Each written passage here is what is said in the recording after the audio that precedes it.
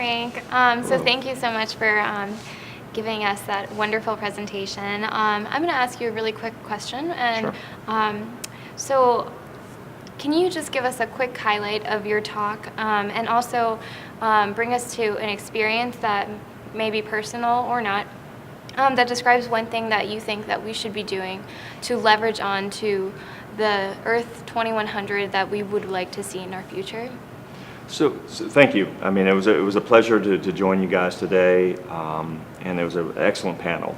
I think my piece of the equation is education, and so I think one of the things that I've seen in personal experiences in really powerful ways is when students really understand and have deeply spent the time to wrestle with the complicated nature of the Earth's climate system, human interactions, what to do, dealt with the emotional challenges. Their ability to really take on and lean into this challenge and this opportunity as well has been inspiring. Whether it's a middle schooler, a high schooler, a college student, or an older person in a community through informal education. It's amazing when you really put the time in to really understand what's before us and what we can do about it. It's stunning.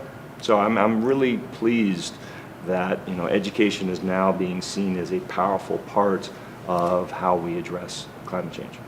I have heard that in a lot of literature when it comes to the environment, they talk a lot about how education is so important. But I'd also like to ask you a little bit about the communications piece. Sure.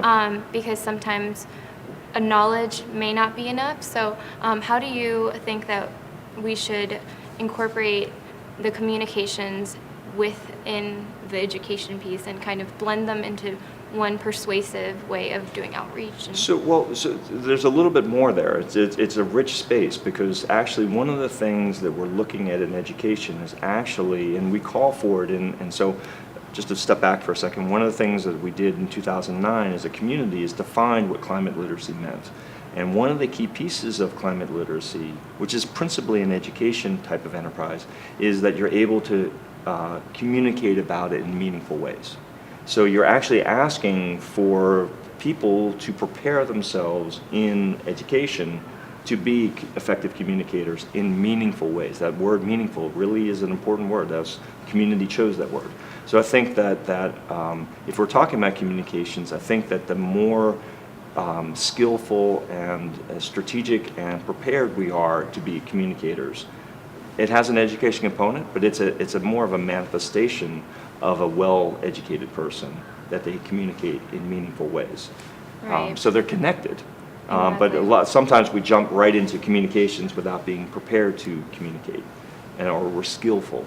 And so I think that's a piece of what we focus on. So it's not just that you took science courses on this issue, that you actually took communications courses in this issue, or you took rhetoric or other aspects that are really important, as well as the field itself of communications. Yeah, I completely agree.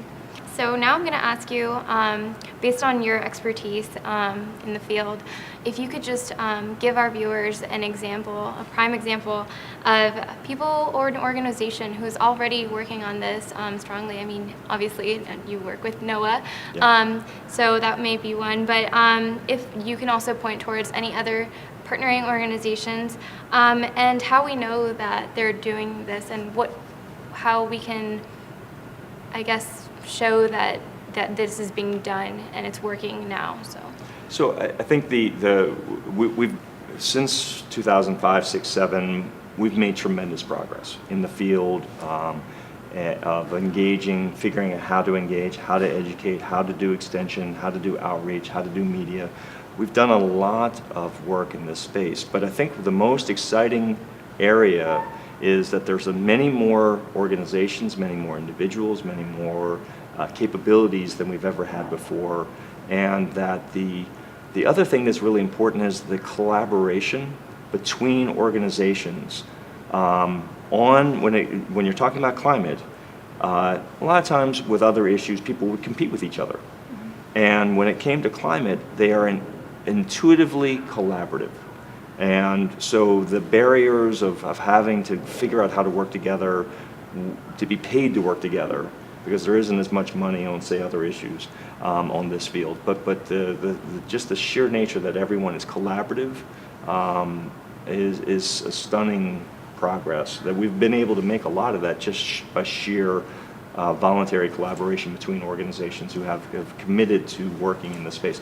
NOAA is fully committed to working on climate literacy, but other federal agencies, but then in partnership with museums, zoos, aquaria, education systems, universities, And the other thing to remember is that a lot of students are actually pushing their institutions to change the minors, majors, concentrations, degrees, schools, the whole thing. And so there's a lot of different pieces, but it's chaotic.